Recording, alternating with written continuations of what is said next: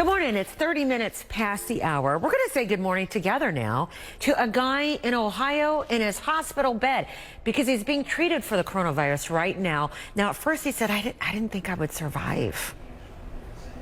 Protect yourselves. Do not go in the crowds. Do not shake hands. Stop hugging each other. Wash your hands continually. They don't know how I got it.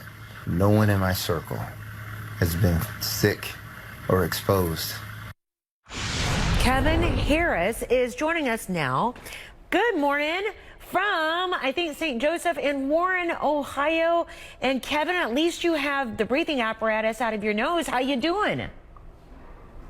Oh, I'm doing great. I just found out 2 days ago I'm gonna live. I'm actually excited. We're excited too. Was it that bad? Were you touch and go? Oh, no, it wasn't touch and go. It was all go. It was bad. Did they tell you in what critical condition that it put you in that bad of a condition? Why don't you tell me about how you felt, Kevin? Well, actually, I run on an elliptical for an hour every day. And my diet is really strict. I don't drink. I don't smoke. I've never done drugs of any kind. I'm super healthy. Even my heartbeats per minute at rest are 40 beats per minute. Oh, wow. So I'm in pretty good shape. And the virus was like, oh, I'm going to fix you. You think you're healthy? Let me show you what I can do to healthy people. And it started turning my lungs to glass. That is such an incredible way to describe it. Go ahead. Go ahead. The more I rest, the sicker I got. And it's really weird because it lets you feel better when you lay down, when you breathe slow. But the whole time, your lungs and your body is defeating the whole purpose. You start to turn to glass and it crystallizes and more of your lung capacity is taken away from you. But when you get up to move, your air drops to half, your air consumption, you choke, you throw up, the pain, the headache, everything comes back when you move, but that's what keeps you alive. It helps your immune system to fight back. But the virus makes you feel good about laying down. It's almost like a high because you get this feeling that I just want to lay here forever. But you know, if you breathe, you're getting less and less and less oxygen, and sooner or later you're going to go into respiratory failure and cardiac arrest. So they make you get up then? Oh my God, yes, they make you get up. And when they make you get up, you throw up, you cry like a little baby. And I can remember the first time it happened. After I threw up, I could breathe. So the next time around, I tell the nurses, no matter how much I beg, do not lay me back down. Make me go through it. It takes about 20 minutes to go through one of those episodes. But once you get to the other side of it, you can breathe a little bit better. I mean, it's the weirdest thing. You think you're gonna die during one of those episodes. You know you're gonna die, but then you don't. When just the opposite, when you lay in the bed, the fever goes away, the headache goes away, the body pains go away. You feel this relief come over your whole body, and it's killing you. Wow. Kevin, I have never heard anybody explain these episodes as well as you just did.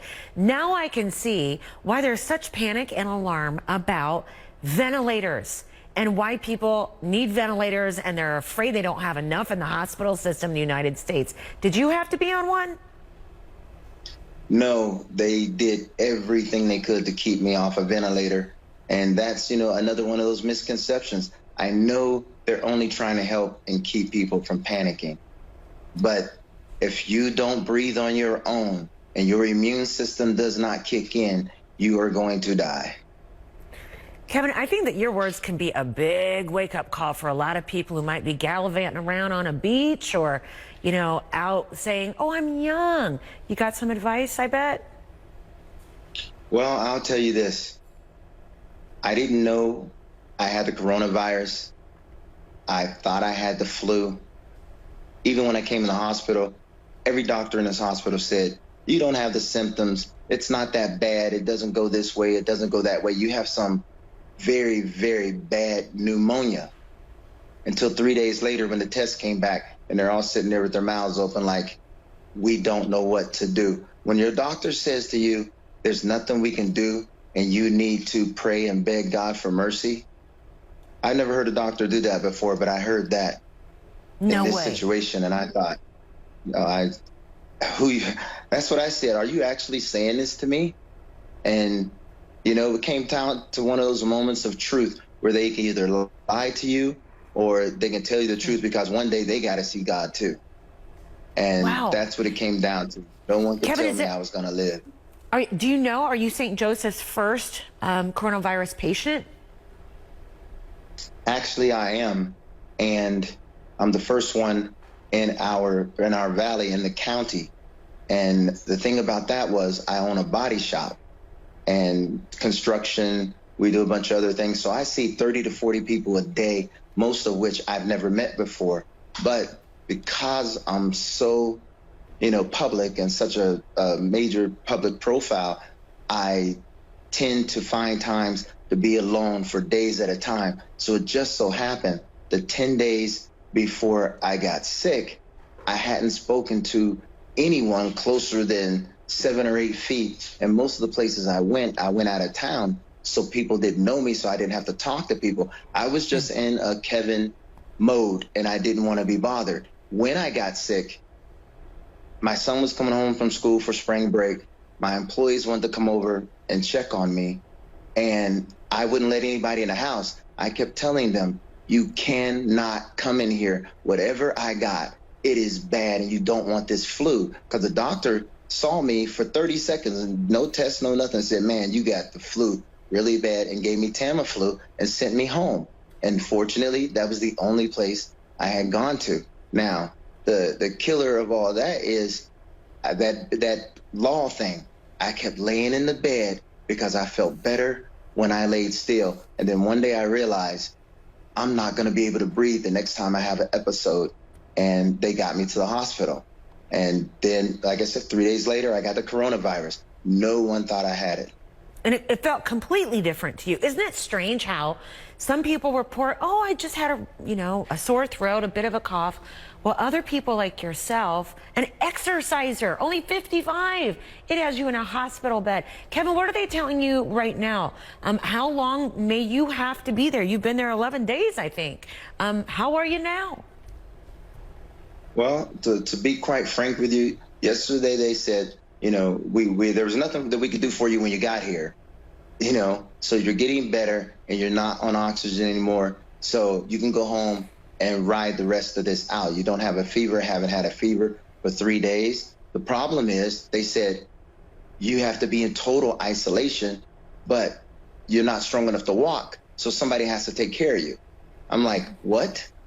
How do I be in total isolation, but somebody has to take care of me? And then I said, how do I get home? Oh, we're going to call you a cab. Okay, so you're going to call me a cab? Who's going to drive the cab? My kids aren't going to come and get me. I'm not letting them anywhere near me. And, well, I asked them, are your kids going to take me home? They looked at me like I was stupid. So now, we don't know what we're going to do. I do know that until I test negative, they're going to have to pull me out of here kicking and screaming and just throw me out of the hospital, because I was lucky and fortunate that I did not expose hundreds of people that I normally see during a week to this virus, simply because I wanted to be alone. So God had me in that mode where I just wanted to be alone for a while, but it saved my community. And now you want to throw me out there. I haven't had a negative test. I've actually had 5 tests. The first 3 came back bad. The 4th one came back, and then they did a 5th one 4 days ago.